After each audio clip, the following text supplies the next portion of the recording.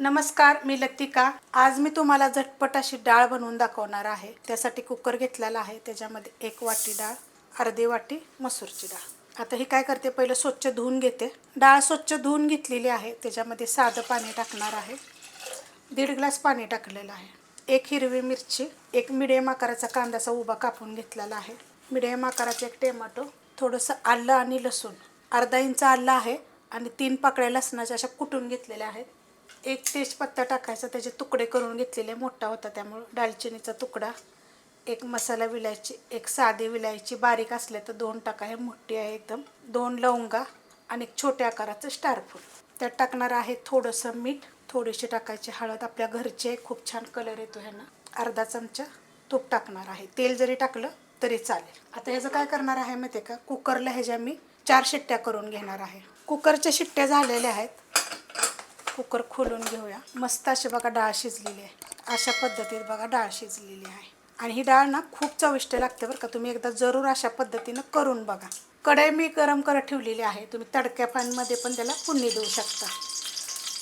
ह्याच्यामध्ये 2 ते 3 चमचे मी तूप हलकंसं वितळून घेतलं होतं, गरम भांड्यावर ठेवल्यामुळे ते वितळलं गेलं। गरम होऊन देऊया।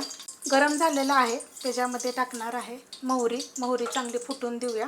त्यात टाकणार आहे छोटा 1 चमचा जिरं, त्यात टाकायच्या लसणाच्या पाकळ्या कुटून घेतलेल्या, आपण आलं लसूण पण टाकलेलं आहे शिजवताना, थोडीशी हिंग पावडर, 4 दाणे याच्यामध्ये तुम्ही मेथीचे पण टाकू शकता, सुक्या मिरच्या लाल, त्यात टाकणार आहे थोडासा कढीपत्ता, ह्याच्यात टाकायची आपल्याला थोडीशी मिरची पावडर आणि जिरे धणे पावडर।